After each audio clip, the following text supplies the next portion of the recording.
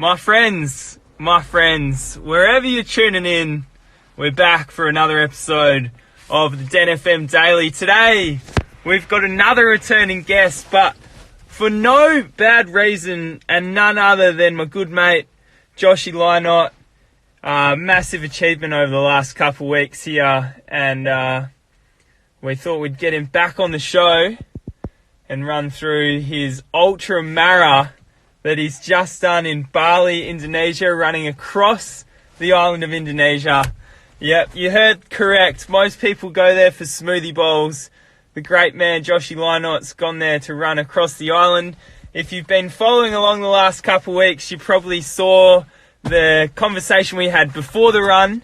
So we've continued on here and we're going to pretty much debrief the race, run through what kind of happened, how the old race went down, and also what's up next for the great man. I know for myself, preparing for an event, thinking about the goal afterwards is something that I've always got to kind of have in mind, so I'm definitely keen to get Joshy's thoughts on that. He is tuning in from Lombok, so there's no doubt that it'll be a tough connection trying to go from here to... I believe we're on. Joshy, how are you, mate?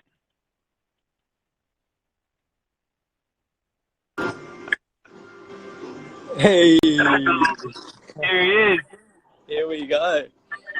How you doing? Mate, I'm fantastic. How are you doing? I think it's a bigger question here. I'm also going fantastic over here. Man, it's good to see your smiling face. Likewise. You always light up my day, mate.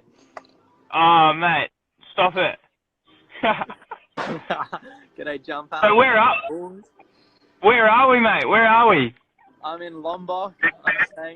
I'm staying at a gym, actually, just for optimal training.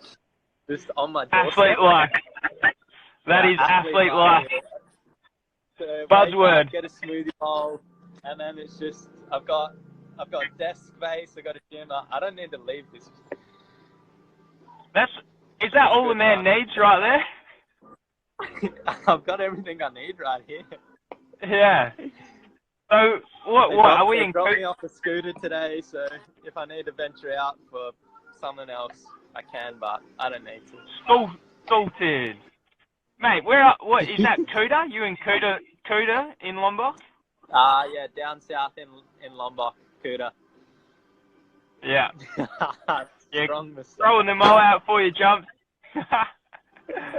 All right, mate. I think most people that have tuned in know, well, they tuned in last time and they kind of followed along with your race. Run us through it, mate. Everyone's dying to know it. For those that didn't go through your blog, guilty for going through it. But for those that didn't, give us the rundown, mate. Run us through 84 kilometres.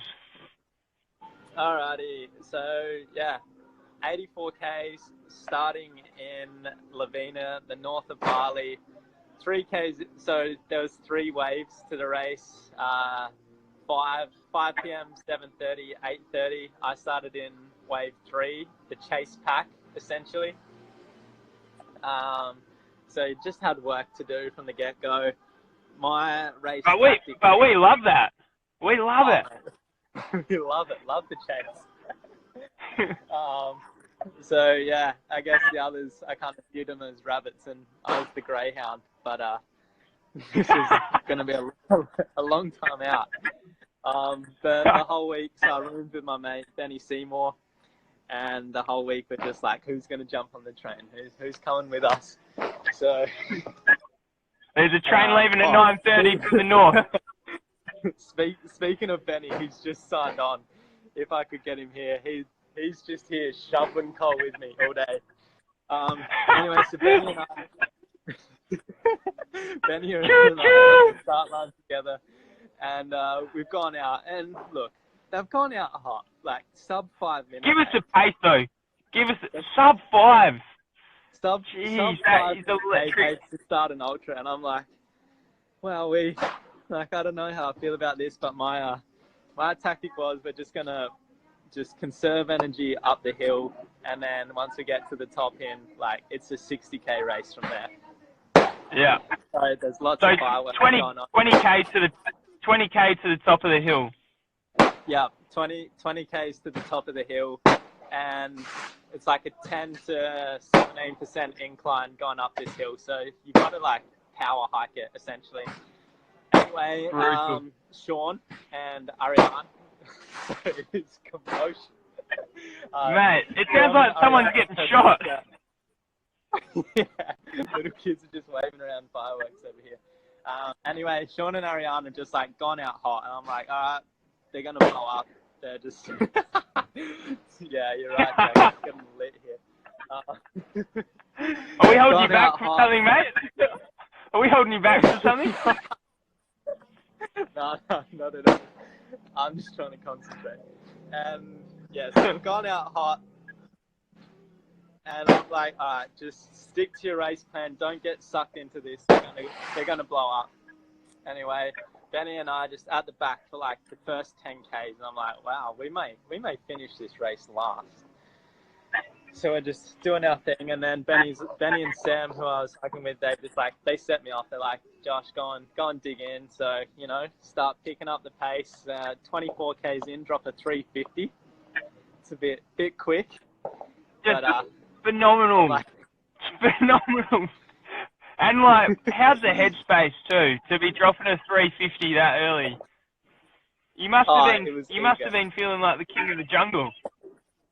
I was trying to be feeling like the king of the jungle, but at this stage I've put like 20 minutes on me up the hill, so I was like, the only way I can catch this is to go hard.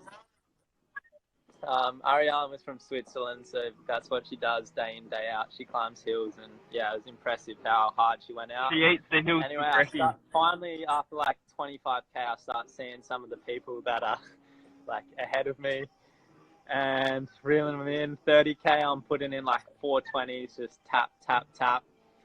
Go through halfway mark, like skip going in. I just told him to bring water out. Like, I'm just trying to streamline every check mark I go past. I didn't run with a bladder this year. I was running a really fine line.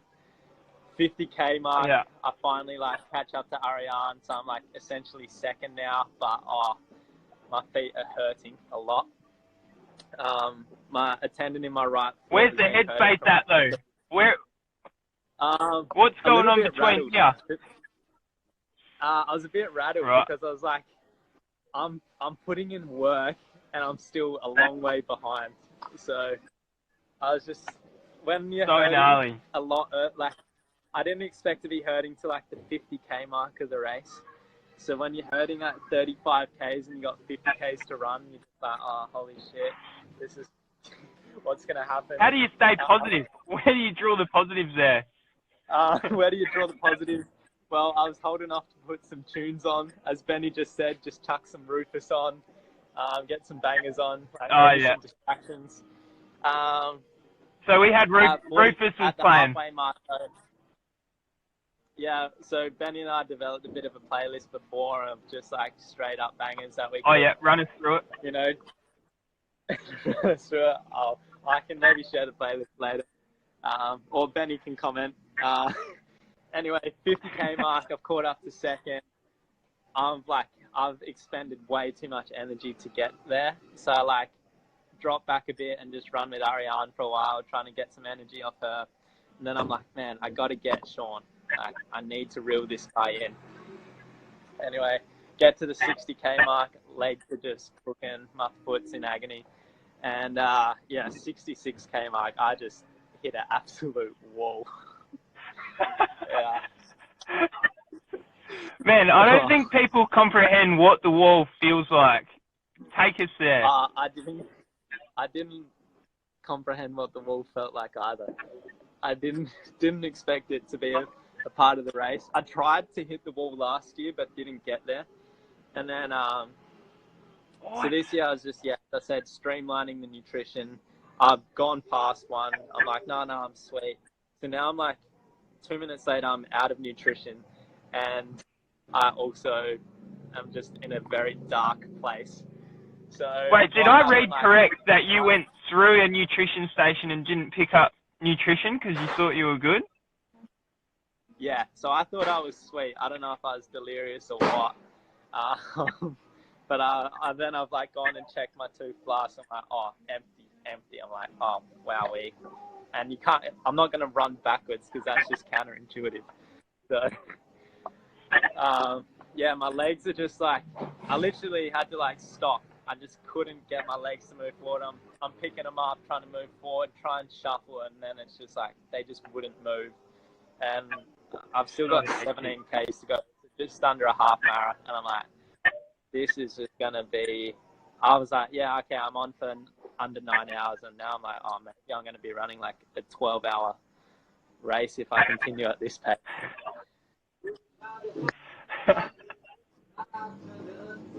And then, so then I tap in, and I'm like, to WhatsApp, I'm like, guys, like, I'm out of nutrition. If anyone can help me, because I'm meant to have like a van kind of nearby helping, but they'd been stuck in traffic on a one-way road. Anyway, they finally get to me, and they have like the little shots nutrition tablets, and they're like, just like, get these into you. So it didn't even dissolve them, just like chew them down, mung them down, and yeah, it was. Oh, man. And then to top it off, Benny. It's a free-for-all. So I'm bent over. I've got 3 people around me just trying to like, telling me like, dig deep, like, don't be a pussy, like, come on, like, get out of this. Like, Sam Gash said to me, she's like, if you can get into this place so quickly, you can get out of it. And then like 2 seconds later, Huge. Benny comes by with pace, right? And he's just like, Goldie, are you coming with me? And way to kick a man when he's down, I tell you what. I'm like, Benny, I can't.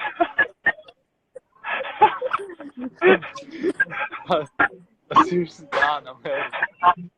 And oh, man. Like, Benny goes on, just starts putting ground on me as well. And I'm like, And then I said to Sam, I'm like, I'm just so happy for Benny. Like, it's like I was just like resigned to the fact that he'd gone past me, that he was just going to finish the race ahead of me. Because it's like, when someone passes you that deep in the race and you've gone out so hard, you're just like, how am I possibly going to reel him in? Mentally. Anyway, my sister was crew, and she started running with me, and little Maddie Lynott, and she's just like, don't let him get away, like, don't be soft. And she's like, this is pulling the brother into line. Yeah, Maddie's just cool. There's no friends once you're across the white line, baby. Yeah, but she didn't realize that like Benny and I are actually like giving it our all here. And, we're on the limit. So all of a sudden, I've just like returned from the pain cave, and the Lynott duo are running sub-5s to catch up to Benny. And finally, I catch up to Benny. So we're running side by side, throwing like a little bit of chat. Benny's got his phone tucked in, and he's playing Rufus. I'm like, oh, this is a vibe. I can get about this. And so I start running next to Benny, just thinking that Benny's feeling fresh. So I'm like, I'm just going to hold on to Benny for the finish line, maybe sit and kick, who knows. Yeah. But what I didn't know is like Benny was hurting as much or more than I was. Yeah. And all of a sudden, Benny's like, bro, I need 30 seconds. Like, I have to walk for 30 seconds. I'm like, Benny, like, what's going on? Like, keep up. And he's like, no, my heart rate. The train doesn't stop. And then, yeah, the train doesn't stop. And Benny's just like run out of coal to shovel for a little while. And so I kick on thinking about like what Maddie said, like, yeah, just like run your race. You've come this far. You're doing so well. And just kind of cruise home for like the next 6Ks. And then I get to the finish line thinking Benny might be like 2 or 3 minutes away. And he ended up being like 23 minutes later. But Benny's just, yeah, broken down as if he's been like shot by a sniper in the valley of the rice fields. Like the fireworks going on in the background to the legs. Oh, yeah. So it was a roller coaster of a race. And I think. So where did Benny stop and you kind of kept going? What mileage are we at there? I think Benny stopped around like the 72, 70, Oh, Right. So maybe final like 10K. 75k mark. Yeah. And no, longer than that. Maybe 78. I think I had 6Ks to go. And Far out, yeah, man. so we both, it was the last, the last like 10Ks was for sure the most memorable because of like how much it hurt and just what we went through to get across the line. But So, man, the thing that I find really interesting is coming back from the dead. Like, when you think you're buried, how do you just, like, all of a sudden with over 10 kilometers to go, just turn it around and turn it back on, you know? That's not something, like, I think maybe... you got to have, like, the way I saw it, you just got to, like, put the finish line out the way and be like, all right, get to the next 200 meters. So, like, my first target was, like, get back onto Benny's toes. Then it's like, all right, stay with Benny for 5Ks.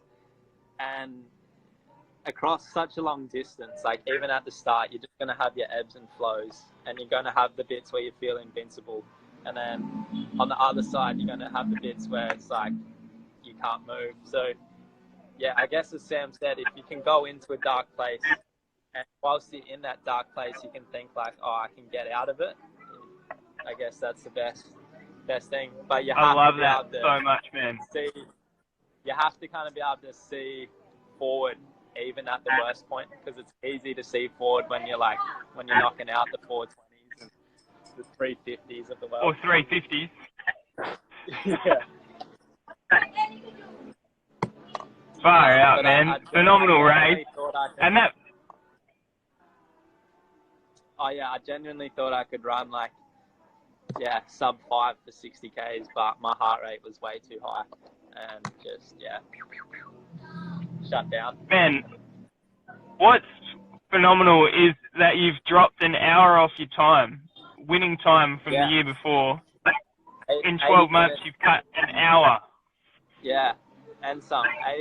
80 minutes quicker than last year. So, although my primary objective was to win, I had another goal, which was to go sub 9, and I well and truly crushed that. So, I think that just speaks volume for the consistency of my training over the last year. Yeah. Man, I think that's the key too, hey? They're just consistently locking in Ks.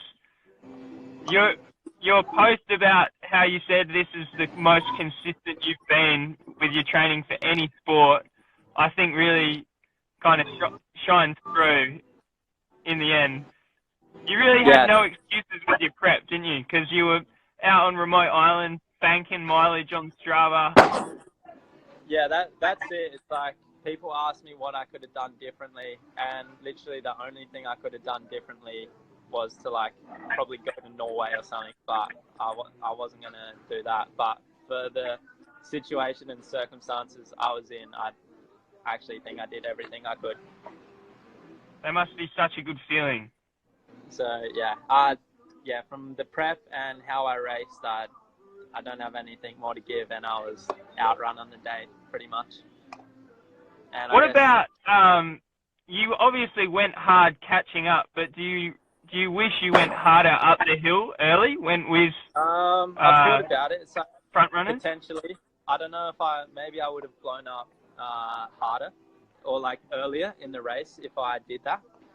So like I know my strength was the fast running on the flat, and I don't know. It would have been. I have thought about that, and maybe there would have been a shift in my mindset if I had like Sean in my sights the whole time. Because one of the hardest things about the race was that I was just hammering myself, but I could never see first place. So it's like I was just always just in the unknown of whether I'd even catch him or not.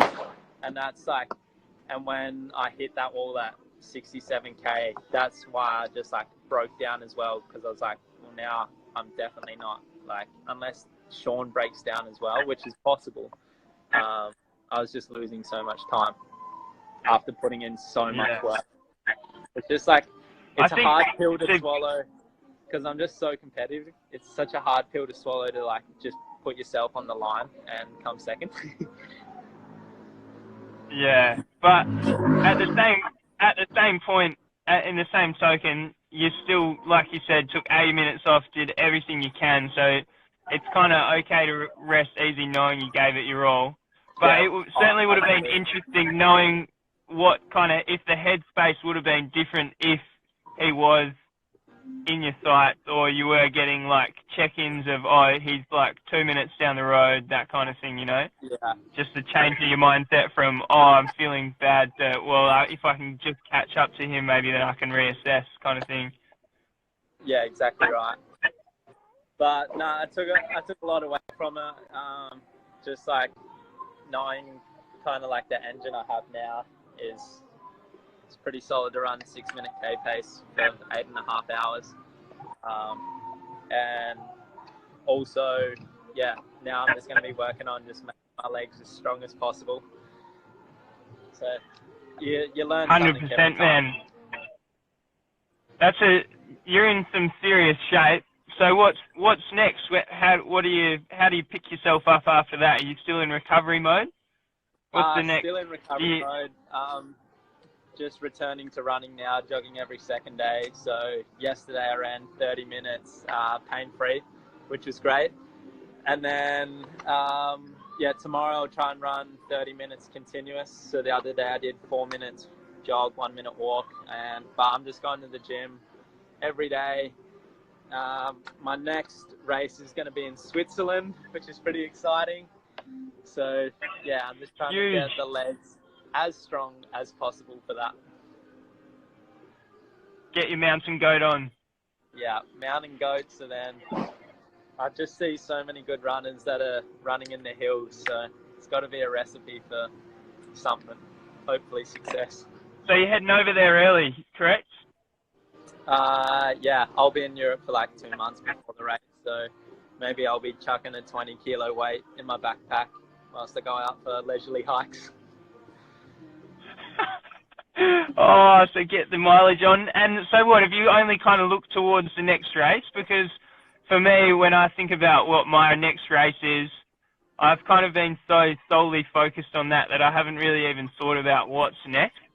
Was that something you had in mind, or was it something you decided after the Ultra? I only decided this after the Ultra. The Ultra literally consumed every like quiet thought. So, and I had no plans. And then after the race, I was approached about this series in Europe. So Sky series, which is not fully confirmed, but it's a good chance happening. Oh baby, so good. And talks of a Lions Lynott race towards the end of the year. Lions Lynott rendezvous in Europe. Is that what they're saying? Could be on. That's the word on the street, I've heard. I've also seen Lockie Hennig tune in here. Maybe we can get him over to Europe. Big shout out to the Greyhound. He said, "You boys do not look busy at all." No, we're not busy.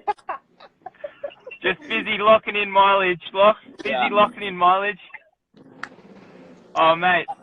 Time on legs. Always a pleasure to have a chat, mate. Oh, mate, it is quality, and I look forward to round 3 whenever that comes about.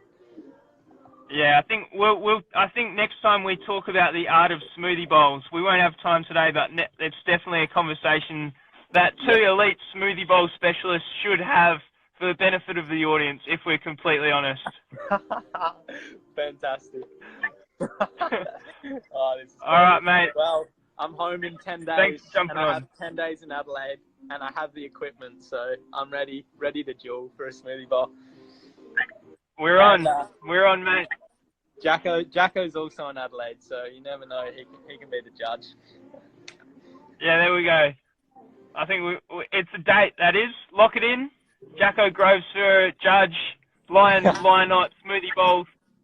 We'll have the competition go live on the ground next time. But thanks for jumping on, mate. Really appreciate you taking us. Jacko said he'll eat the smoothie bowl, so you need to find an external judge from yours so there's no bias. A hard critic. We're hoping to get a little bit of Jacko action on the live tomorrow, so hopefully I can win some brownie points for the comp. Quality. Alrighty, mate. This was spectacular.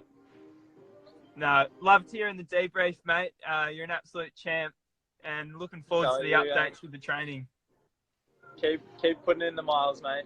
Love it. Just keep stacking the bricks, baby. all day. Alrighty, see ya. Take care, mate. Josh Lynott there, Ultra Marathon out in Bali there. Epic race. Great little recap video there for you. Little chat. What did you think? Thoughts? Love to get everyone's opinion on the little recap video. Also, returning guests. Are we a fan? Love just bringing my mates on and just talking about life, etc. Hope everyone's had a lovely day. We'll be back again tomorrow for another episode. Until then, take care.